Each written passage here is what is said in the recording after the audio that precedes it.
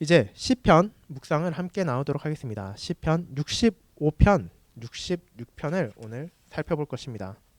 먼저 시편 65편을 다 함께 찾아주시길 바랍니다.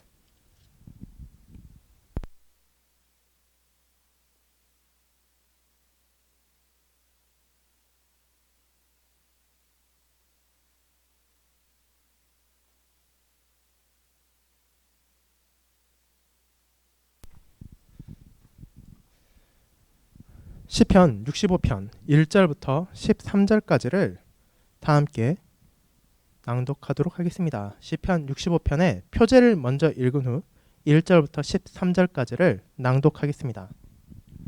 시편 65편 다윗의 시 인도자를 따라 부르는 노래. 하나님이여 찬송이 시온에서 주를 기다리오며 사람이 서원을 주께 이행하리이다.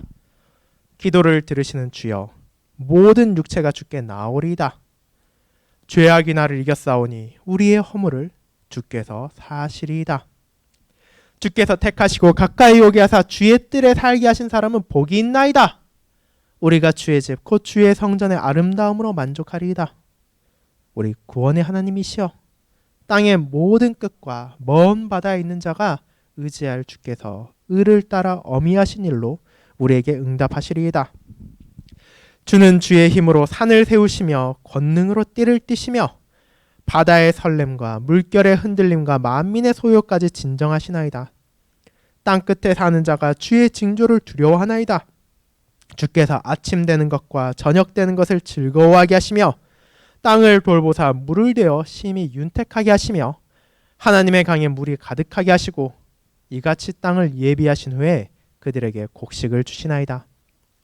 주께서 밭고랑의 물을 넉넉히 대사 그 이랑을 평평하게 하시며 또 단비로 부드럽게 하시고 그 싹에 복을 주시나이다. 주의 은택으로 한 해를 관씌우시니 주의 길에는 기름방울이 떨어지며 들의 초장에도 떨어지니 작은 산들이 기쁨으로 띠를 띄었나이다. 초장은 양떼로 옷 입었고 골짜기는 곡식으로 덮였으며 그들이 다 즐거이 외치고 또 노래하리이다. 아멘.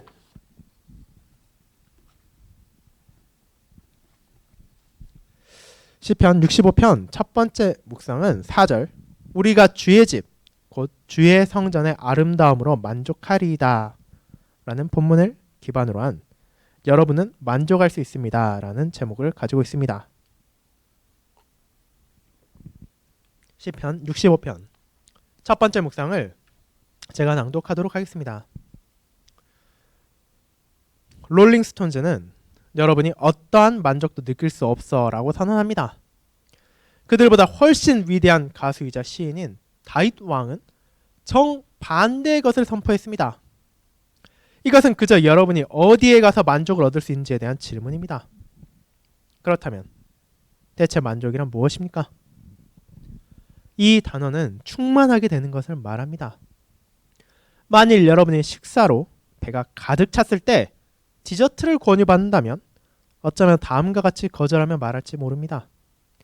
고맙지만 저는 이미 만족했습니다. 시편 65편에서 다윗이 노래하는 만족은 사람의 영혼이 충만해서 오는 것입니다. 각 사람은 그들의 영혼이 충만하기를 원하는 갈망을 가지고 태어났습니다. 하지만 하나님의 자녀인 여러분은 어디에서 이 만족을 얻을 수 있습니까? 여러분은 만족을 물질적인 것에서 찾으려 하십니까? 여러분이 노력할 수 있지만 여러분은 결코 만족할 수 없을 것입니다. 지혜로운 전도자의 말을 들어보십시오. 풍요를 사랑하는 자는 소득으로 만족하지 아니하나니. 전도서 5장 10절 말씀입니다. 그렇다면 여러분은 만족을 성적인 경험에서 찾으려 하십니까?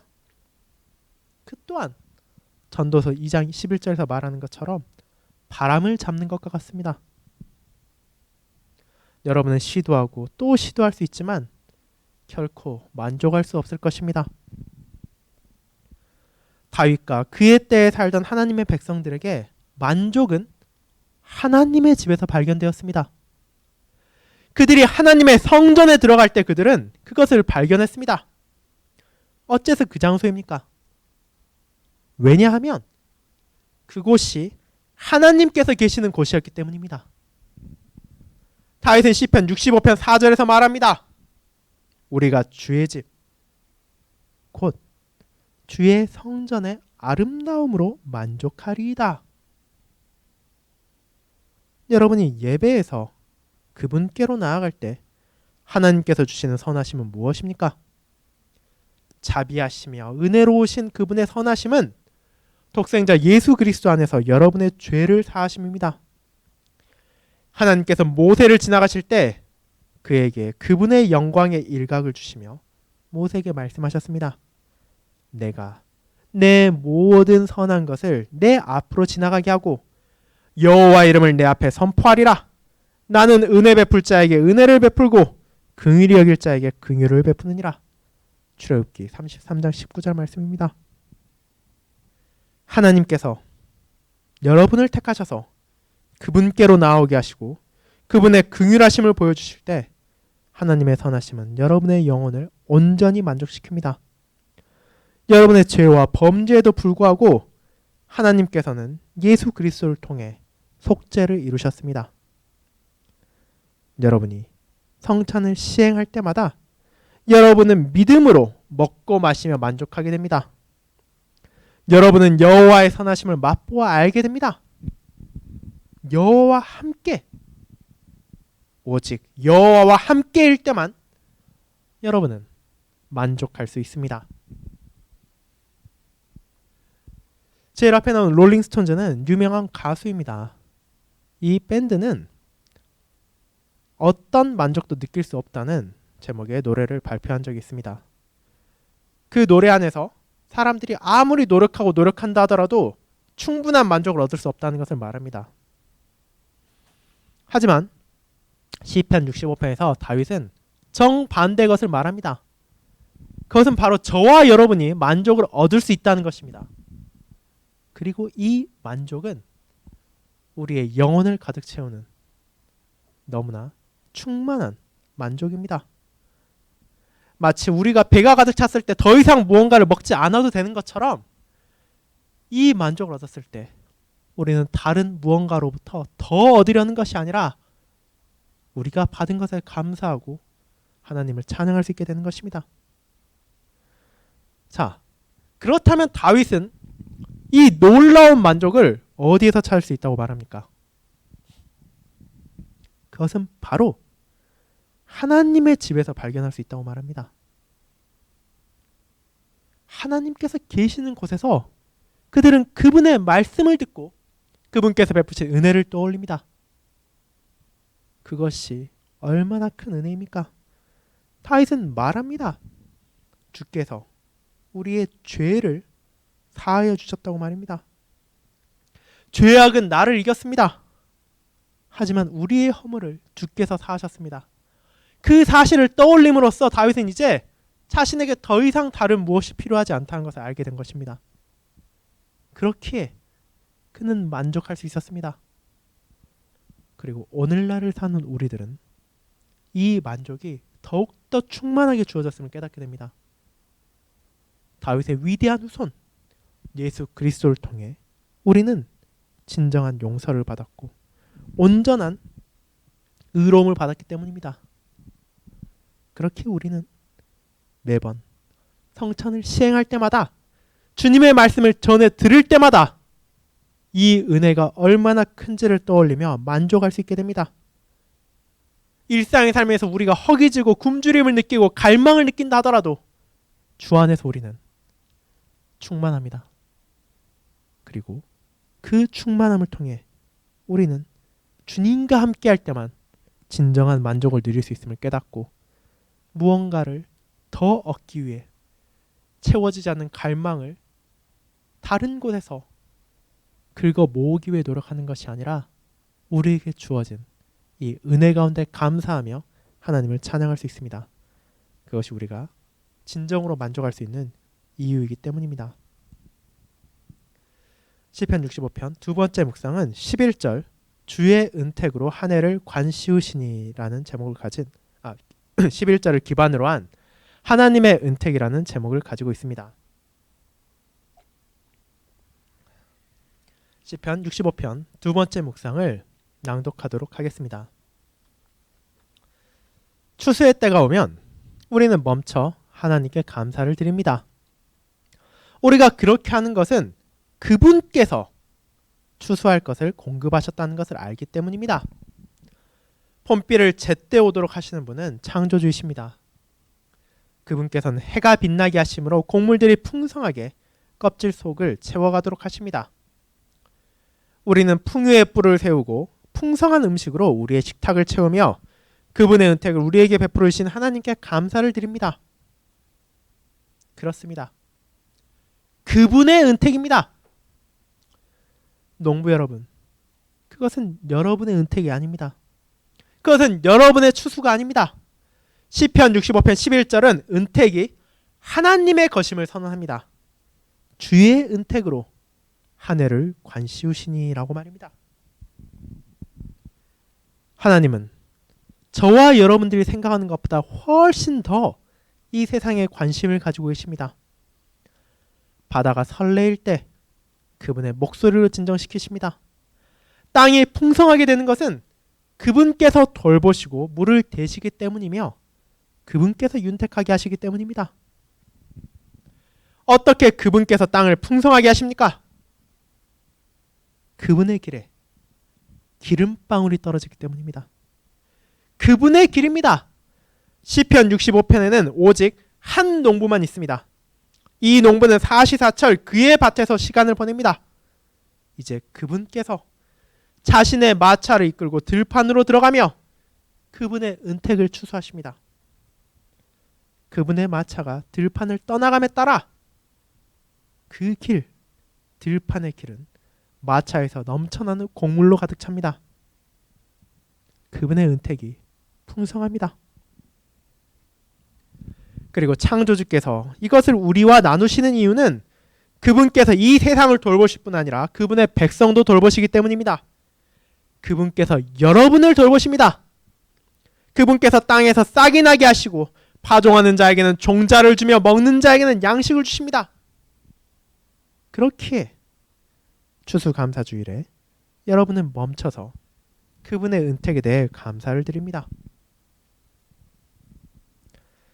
하지만 하나님의 자녀들이여, 그분의 은택을 나누기 위한 여러분의 아버지의 초대는 단순히 그분의 땅에서 나온 풍성한 것을 먹는다는 것을 넘어섭니다. 왜냐하면 그분은 여러분에게 좋은 것을 먹게 하시며 기름진 것으로 즐거움을 얻도록 초대하시기 때문입니다. 이 좋은 음식은 그리스도 안에서 값없는 선물로 우리에게 주어진 구원입니다. 하나님께서 독생자를 보내심으로 이 세상과 그분의 백성들을 충분히 돌보셨습니다. 그분께서 그분의 백성들을 방문하셔서 구원의 뿔을 그 종 다윗의 집에 일으켰습니다. 그분은 독생자와 함께 한 해를 관시우셨습니다. 그리스도를 통해 하나님께서는 여러분이 만족할 수 있는 음식을 주셨습니다. 그렇기에 좋은 것을 먹고 그분의 모든 은택에 감사를 드리도록 합시다. 시편 65편 두 번째 묵상은 1차적으로는 우리가 추수할 수 있는 곡식에 대해 말하는 것입니다. 우리는 농부들이 얼마나 열심히 일하는지를 알고 있습니다. 한 해의 소득을 얻기 위해 열심히 씨를 뿌리고 모내기를 하고 물을 대고 농약을 치고 잡초를 제거하고 쉴 새 없이 노력한 결과 우리는 가을에 벼를 추수하는 것을 알고 있습니다. 하지만 시편 65편은 그와 같은 농부의 수고가 있다 하더라도 궁극적으로 그 모든 것이 하나님의 은택이라는 것을 알려주는 것입니다. 하나님께서 비를 제때 주지 않으신다면, 하나님께서 날씨를 돌보시고 땅을 돌보시지 않는다면 아무리 열심히 일한다 하더라도 그것이 헛된 것이 될 것이기 때문입니다. 그리고 이것은 농사만이 아니라 우리의 모든 것에도 적용됩니다. 우리는 각자의 장소에서 주님께서 주신 소명에 따라 일을 합니다. 누군가는 직장에 나가고 누군가는 학교에 나가고 누군가는 가정에서 일을 합니다. 하지만 그 모든 일들이 결과를 얻는 것은 오직 하나님의 은혜만입니다. 그분의 은혜가 없으시다면 우리의 노력과 우리의 헌신이라 하더라도 아무런 결과를 얻지 못할 것이기 때문입니다. 그리고 그분의 은혜, 하나님의 은택은 우리의 물질적인 성취와 결과에만 해당하는 것이 아닙니다. 그분께서 주시는 가장 좋은 음식, 그분께서 주시는 가장 큰 은택은 바로 그리스도 안에서 주어지기 때문입니다. 우리에게 구원이 값없는 선물로 주어졌습니다. 무엇보다도 고귀한 선물이고 그 어떤 것으로 살 수 없는 가치 있는 것이 우리에게 어떤 요구도 하지 않으시고 은혜로 주어진 것입니다. 그리고 믿음으로 우리는 그 선물을 받으며 믿음 안에서 그것을 기뻐하며 즐거워할 수 있습니다. 그렇기에 하늘아버지께서는 우리에게 물질적인 양식만을 주실 뿐 아니라 영적인 양식까지도 너무나 충분히 주십니다. 그리고 그 사실을 알 때 우리는 세상에서 무엇을 만나건 어떤 일을 하건 그 결과에 상관없이 하나님의 은택에 감사하며 그분을 더욱더 찬양할 수 있을 것입니다. 이어서 시편 66편을 함께 살피도록 하겠습니다. 시편 66편 1절부터 20절까지를 다 함께 읽도록 하겠습니다. 표제를 읽은 후에 1절부터 20절까지를 낭독하겠습니다.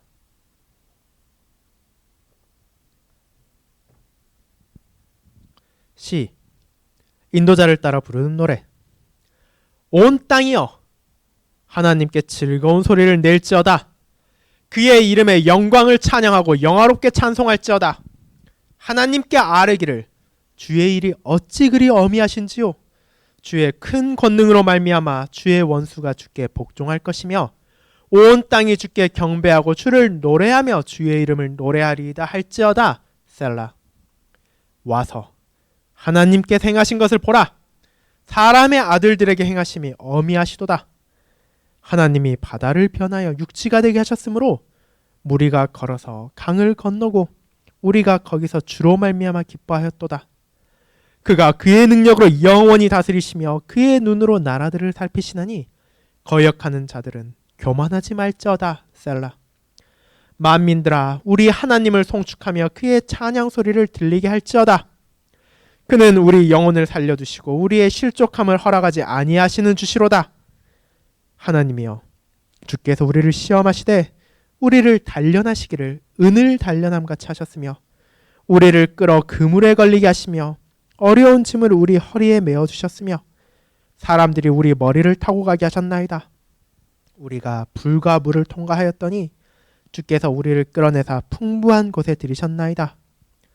내가 번제물을 가지고 주의 집에 들어가서 나의 서원을 주께 갚으리니 이는 내 입술이 낸 것이요 내 환난 때에 내 입이 말한 것이니이다. 내가 순양의 향기와 함께 살찐 것으로 주께 번제를 드리며 숫소와 염소를 드리리이다. 셀라. 하나님을 두려워하는 너희들아 다 와서 들으라. 하나님이 나의 영혼을 위하여 행하신 일을 내가 선포하리로다. 내가 나의 입으로 그에게 부르짖으며 나의 혀로 높이 찬송하였도다. 내가 나의 마음에 죄악을 품었더라면 주께서 듣지 아니하시리라. 그러나 하나님이 실로 들으셨으며 내 기도 소리에 귀를 기울이셨도다. 하나님을 찬송하리로다. 그가 내 기도를 물리치지 아니하시고 그의 인자하심을 내게서 거두지도 아니하셨도다. 아멘. 시편 65편 첫 번째 묵상은 5절 와서 하나님께서 행하신 것을 보라 라는 본문을 기반으로 한 와서 보라는 제목을 가지고 있습니다. 시편 66편 첫 번째 묵상을 낭독하도록 하겠습니다. 여러분은 무언가를 보러 오라는 초대를 받으신 적이 있습니까? 어쩌면 여러분의 친구가 클래식 차량에 복구를 마쳤을지도 모릅니다. 그는 여러분에게 연락을 해서 다음과 같이 말할 것입니다. 와서 봐! 여러분의 아들이나 딸들이 그들의 첫 집을 산다면 가장 먼저 여러분께 말할 것입니다. 와서 보세요.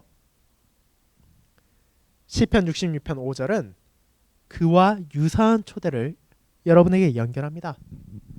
여러분은 하나님께서 행하신 것을 와서 보도록 초대받았습니다. 하지만 그 초대에는 일반적인 것들과 다른 점이 있습니다.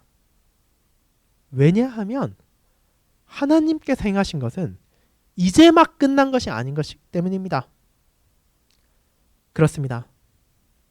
시편 66편이 묘사하는 하나님께서 행하신 위대한 일은 역사의 장에 속해 있습니다. 하나님이 바다를 변하여 육지가 되게 하셨으므로 무리가 걸어서 강을 건너고. 친애하는 여러분, 우리가 이것을 이해하기 위해서 오라고 하는 이 초대로부터 시작합시다. 하나님께서 행하신 것을 우리가 보기 위해 어디로 가야 합니까? 여러분은 그분께서 육지로 만든 바다로 가야 합니까? 아닙니다. 그곳은 다시 바다가 되었기 때문입니다. 여러분은 가운데로 걸어간 흔적들을 보기 위해 강을 찾아가야 합니까? 아닙니다. 그 발자국은 이미 사라졌습니다. 그렇다면 어디로 가야 합니까? 바로 그분의 말씀의 설교를 듣기 위해 하나님의 집으로 가야 합니다. 하나님의 말씀을 설교한다는 것은 그분의 위대한 일을 말하는 것입니다. 설교자는 하나님의 이야기를 생생하게 말합니다. 회중석에 앉아있는 형제와 자매들은 그 설교를 듣고, 그리고 여러분은 하나님께서 행하신 일을 보게 될 것입니다. 거기에는 볼 것이 너무나 많습니다. 왜냐하면 전해져야 할 위대한 이야기들이 너무나 많기 때문입니다. 그럼에도 하나님께서 여러분을 위해 행하신 이야기 중 독생자이신 예수 그리스도 안에 행하신 것보다 더 위대한 것은 없습니다. 그리스도 안에서 하나님께서 그분의 자녀들을 향해 놀라운 일을 행하셨습니다. 매주일 여러분은 이 경이로운 사역을 와서 보도록 초대받습니다. 여러분이 자리에 앉아 선포되는 복음을 들을 때 여러분은 무엇이 일어나는지 아십니까? 여러분의 눈앞에 예수 그리스도께서 십자가에 못 박히신 것이 밝히 보입니다. 믿음으로 여러분이 복음을 들을 때 여러분은 믿음의 눈으로 하나님께서 여러분을 구원하기 위해 행하신 것을 볼 수 있습니다. 그리고 그분께서 행하신 일을 본 바로 그 장소에서 여러분은 그분과 함께 즐거워할 것입니다. 와서 보라는 것. 일반적으로 우리는 친구나 가족이 무언가 중요한 일을 마쳤거나 무언가 값비싼 것을 얻었을 때 와서 보라는 초대를 할 것입니다. 일반적으로 가장 많은 경우에는 집을 새로 사거나 집을 구해서 이사를 했을 때 친지나 가족들에게 그 집을 함께 볼 것을 청하곤 합니다. 하지만 오늘 우리가 함께 보는 것은 그런 집이나 그런 값비싼 것보다 훨씬 더 아름답고 놀라운 것입니다. 그것은 바로 하나님의 구속 역사이기 때문입니다. 그분께서 이스라엘 백성들을 홍해를 건너 약속된 땅으로 가게 하셨습니다. 우리가 그것을 와서 보기 위해 어디로 가야 합니까? 도대체 어디로 오라는 것입니까? 시편의 기자는 그 백성들에게 홍해로 가라고 말하지 않습니다. 그들이 와야 하는 곳은 하나님의 전이며 오늘날은 하나님의 교회입니다. 그분의 교회에 나왔을 때 하나님의 자녀들은 그분의 말씀을 듣게 됩니다. 그리고 믿음으로 그 말씀이 어떻게 이루어졌는지를 깨닫게 되며 또한 믿음으로 그리스도를 바라보게 됩니다. 하나님의 놀라운 구속 역사 가운데 일어난 그리스도의 사역, 그분께서 우리를 위해 행하신 모든 일들이 너무나 아름답게 펼쳐져 있다는 것을 우리는 깨닫습니다. 그리고 그것은 하루, 이틀, 3일 듣는 것으로 충분한 것이 아닙니다.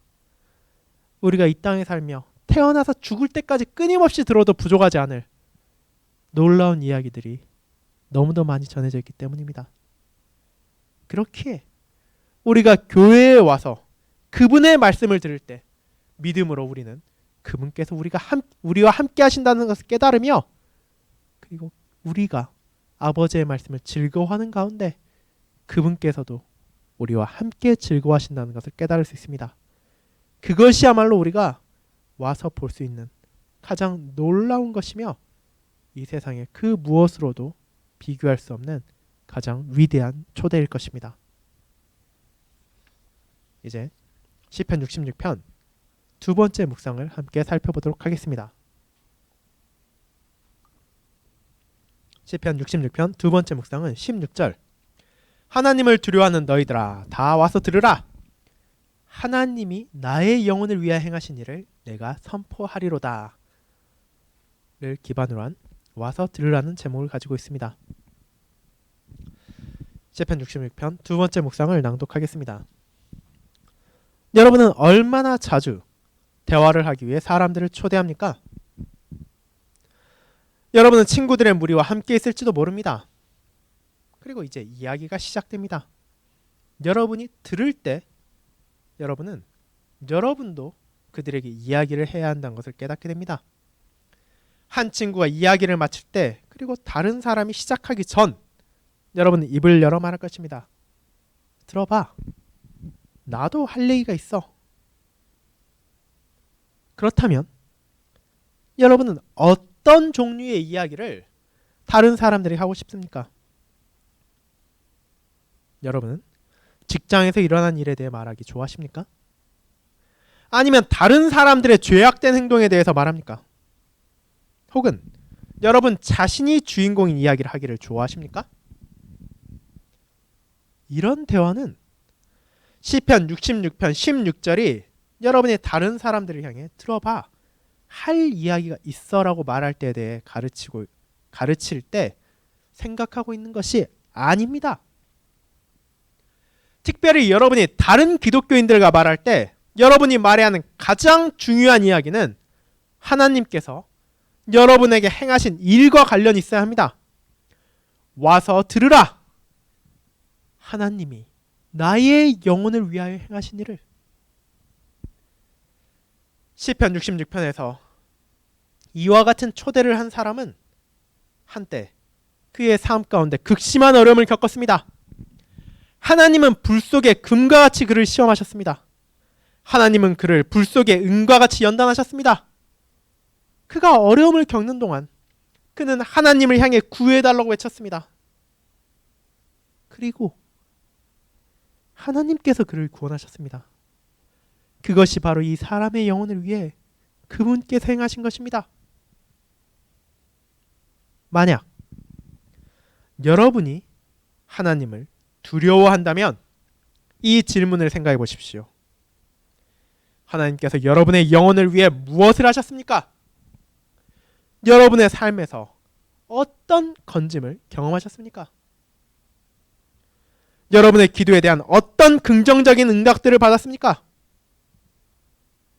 그리고 무엇보다도 왜 하나님께서 여러분을 도와주십니까?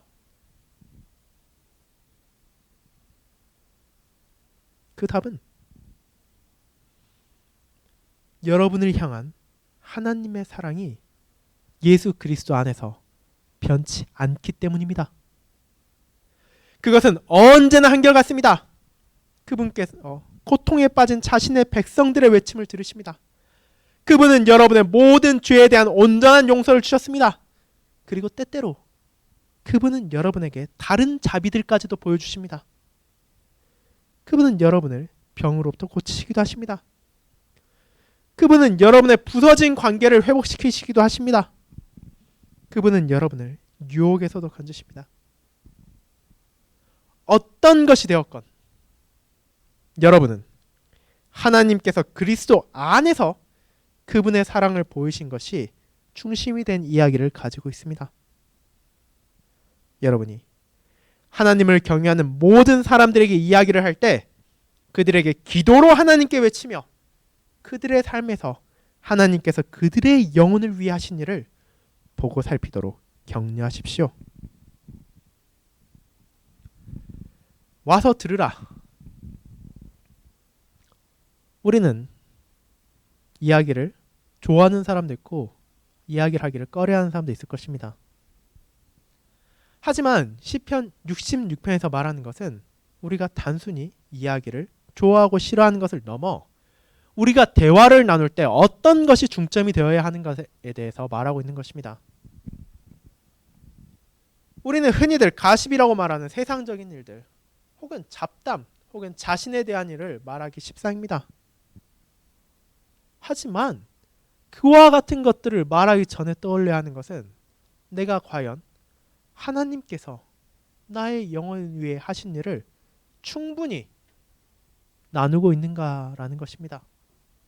특별히 우리가 성도들과 말할 때 우리는 무슨 말을 해야 됩니까? 우리 입에서 드러나는 것은 어떤 것이 합니까? 물론 우리는 일상적인 이야기를 할 수도 있을 것입니다. 하지만 그와 같은 일상적인 이야기를 하더라도 그 안에서 드러난 하나님의 은혜를 잊지 말아야 합니다. 하나님께서 지난 한 주 동안 우리에게 얼마나 큰 은혜를 베푸셨는지를 나누고 또한 그와 같은 나눔을 통해 그 이야기를 듣는 사람들도 하나님께서 자신들에게 베푼 은혜를 떠올릴 수 있어야 할 것입니다. 그것이 바로 우리가 다른 그 무엇보다도 먼저 전해야 하는 것이며 먼저 들어야 할 것입니다. 그리고 이 이야기 또한 결코 끝이 없을 것입니다. 왜냐하면 지난 한 주간, 지난 한 달간, 지난 한 해간 하나님께서 여러분에게 베푸신 은혜가 너무나 크며 앞으로 그분께서 베푸실 은혜 또한 끝이 없을 것이기 때문입니다. 그렇게 우리가 대화를 나눌 때도 입으로 하나님께 영광을 돌리며 하나님께서 우리의 영혼을 위해 사신 놀라운 일들을 전하는 것을 멈추지 않도록 합시다. 이것으로 오늘 시편 묵상을 마치도록 하겠습니다. 다 함께 주님께서 가르쳐 주신 기도를 하고 오늘 수요 모임을 끝내도록 하겠습니다. 다 함께 기도드리겠습니다. 하늘에 계신 우리 아버지여, 이름이 거룩히 여김을 받으시오며 나라가 임하옵시며 뜻이 하늘에서 이룬 것 같이 땅에서도 이루어지이다. 오늘날 우리에게 일용할 양식을 주옵시고 우리가 우리에게 죄 지은 자를 사하여 준 것 같이 우리 죄를 사하여 주옵시고 우리를 시험에 들게 하지 마옵시고 다만 악에서 구하옵소서. 대개 나라와 권세와 영광이 아버지께 영원히 있사옵나이다. 아멘. 수요 모임에 함께 해주셔서 감사합니다. 이제 또 주일날 함께 예배당에서 하나님을 함께 예배하고 그분께서 행하신 놀라운 일을 와서 보고 듣는 기쁨을 누리시길 바랍니다. 감사합니다.